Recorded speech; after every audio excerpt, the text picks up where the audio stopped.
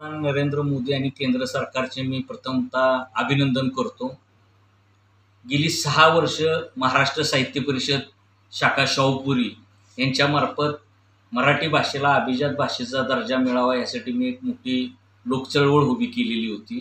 2018 साली पंतप्रधानांना 1 लाख पत्र लिहिलेली होती. पंतप्रधानांनी ह्या प्रश्नात लक्ष घालून मराठी भाषेला अभिजात भाषेचा दर्जा द्यावा. दिल्लीमध्ये आमदार श्रीमंत छत्रपती शिवेंद्रसिंह राजे भोसले, प्राध्यापक मिलिंद जोशी, सातारा जिल्हा प्रतिनिधी रवींद्र बेडक्याळ, मी स्वतः, आमचे मित्र सातारा जिल्हा पत्रकार संघाचे अध्यक्ष हरीश पाटणे, सातारा जिल्ह्यातले साहित्यिक डॉक्टर राजेंद्र माने, उमेश करंबेळकर, माझे शाहूपुरी शाखेचे सर्व सहकारी, पुण्याचे राजन लाखे, अशी आम्ही सगळी मंडळी दिल्लीला गेलो होतो. दिल्लीत जाऊन भाषेसाठी पहिल्यांदा स्वातंत्र्यानंतर आम्ही आंदोलन केलेलं होतं. देवेंद्र फडणवीस असतील, राज ठाकरे असतील, शरद पवार असतील, अशा सगळ्या बड्या नेत्यांच्या भेटी घेऊन मी हा प्रश्न सोडवण्याची त्यांना विनंती केलेली होती. माझ्या एका पत्रावरून शरद पवार स्वतः पंतप्रधानांना भेटलेले होते. अनेक बड्या नेत्यांनी महाराष्ट्रातल्या आम्हाला या प्रश्नावर पाठिंबा दिलेला होता. महत्त्वाचं म्हणजे महाराष्ट्रातल्या फक्त सातारा जिल्ह्याने सगळ्याधिक मोठी मोहीम यामध्ये राबवलेली होती. महाराष्ट्रातल्या इतर जिल्ह्यांनी त्याला सहकार्य केलेलंच आहे, पण सातारा जिल्ह्याने 6 वर्षाची काही मोहीम राबवली महाराष्ट्र साहित्य परिषद शाखा शाहूपुरीच्या नेतृत्वाखाली. अशी मोहीम ही कुठल्याही महाराष्ट्रातल्या जिल्ह्यानं राबवली नाही. पंतप्रधानांना 1 लाख पत्र लिहिण्याचा विक्रम सातारा जिल्ह्यानं केलेला आहे. दिल्लीत आंदोलनाला सर्वाधिक सातारा जिल्ह्यातले साहित्यिक आणि शाहूपुरी शाखेचे कार्यकर्ते मोठ्या संख्येने उपस्थित राहिलेले होते. मराठीला अभिजात भाषेचा दर्जा देण्याचं स्वप्न आम्ही 6 वर्ष पाहत होतो. ज्या रंगनाथ पठारे समितीनं हा दर्जा देण्यासाठी अहवाल दिलेला होता, त्या रंगनाथ पठारेंनी सुद्धा मला विशेष पत्र पाठवून माझ्या आंदोलनाला पाठिंबा दिलेला होता आणि दिल्लीत जाऊन मी हे आंदोलन करतो याचं कौतुक केलेलं होतं. त्यामुळं सातारा जिल्हावासियांना ह्याचं मोठं श्रेय आहे आणि शिवेंद्रराजे भोसले, मिलिंद जोशी, महाराष्ट्र साहित्य परिषद यांनाही मोठं श्रेय आहे. शिवेंद्रराजे हे एकमेव लोकप्रतिनिधी आहेत की ज्यांनी दिल्लीत आंदोलन करण्यासाठी भूमिका बजावली, दिल्लीत येऊन आंदोलन केलं. जिथं जिथं मी शिवेंद्रराजेंना सांगितलं की हा प्रश्न मांडला पाहिजे, तिथं तिथं त्यांनी शाहूपुरी शाखेचं शिष्टमंडळ नेऊन हा प्रश्न मांडला.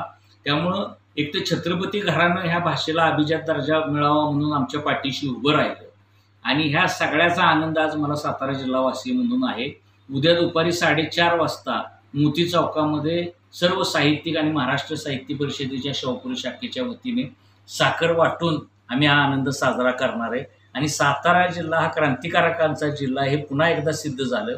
सातारा जिल्ह्यातनं जर एखादी मोहीम राबवली किंवा सुरू केली तर केंद्राला तिची दखल घ्यावी लागते. नुकताच राज्यपालांचा दौरा झाला. राज्यपालांना आम्ही सांगितलं की हा प्रश्न तुम्ही केंद्राकडे मांडा, तुम्ही केंद्राचे प्रतिनिधी आहात.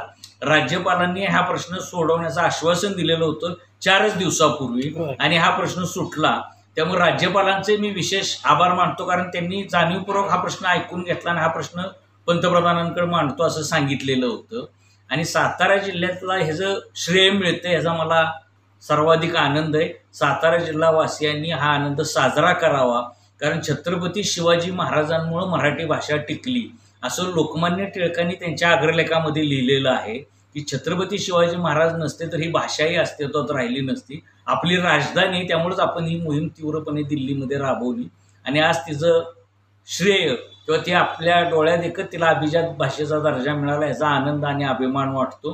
केंद्र सरकारचे, महाराष्ट्राचे मुख्यमंत्री एकनाथ शिंदे, देवेंद्र फडणवीस, अजितदादा यांचे मी या निमित्तानं आभार मानतो. मराठी भाषेला दर्जा मिळण्यासाठी आपण प्रयत्न केले होते. हा कष्टप्राय प्रवास जो झालेला होता, खडतर प्रवास होता, या आजच्या निर्णयानं नेमकं या प्रवासाचं कसं फलित झालं?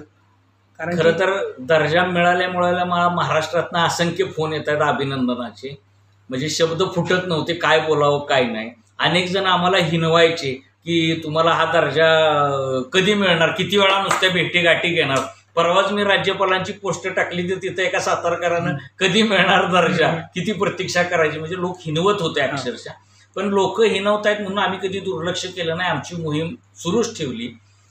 आम्ही अयोध्येला जाणार होतो, राजन लाखे आणि मी, पुणे जिल्हा प्रतिनिधी, आणि अयोध्येत जाऊन प्रार्थना आंदोलन रामापुढं करण्याचा आम्ही निर्णय केलेला होता. पुढच्या आठवड्यात अयोध्येला जाण्याचा आमचा निर्धार होता.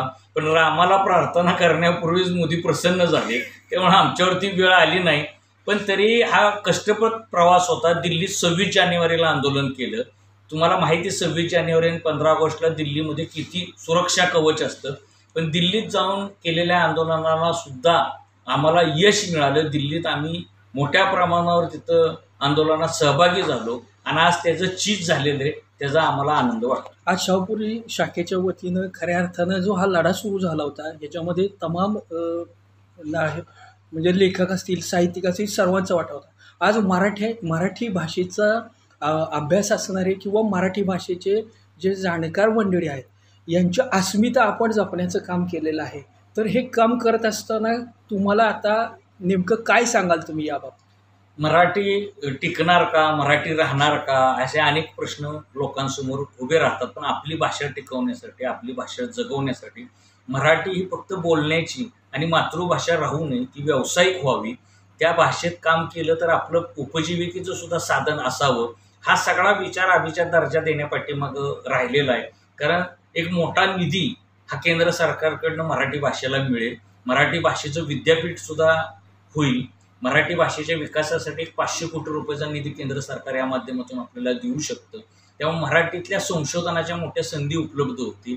इतर भाषातलं ज्ञान, आज तुम्हाला डॉक्टर व्हायचं असेल तर फक्त इंग्रजीमध्येच उपलब्ध आहे. पण हे ज्ञान सगळं मराठी भाषेत सुद्धा येऊ शकेल आणि वेगवेगळ्या व्यवसायाच्या उपजीविकेच्या संधी आपल्या भाषेतनं जर निर्माण झाल्या तर भाषेला कधी धक्का पोचणार नाही. ज्ञानेश्वरांनी सांगितलेलं होतं की अमृतातही पैजा जिंके अशी आमची मराठी आहे. तर ती खरंच अमृतात सुद्धा पैजा जिंकेल असं वातावरण करण्यासाठी आपण सगळ्यांनी प्रयत्न करण्याची गरज होती. भाषेला दर्जा मिळाल्यामुळं 11 कोटी जगातली लोक ही भाषा बोलतात आणि आज ती भाषा समृद्ध होईल या दर्जामुळे, याची मला खात्री.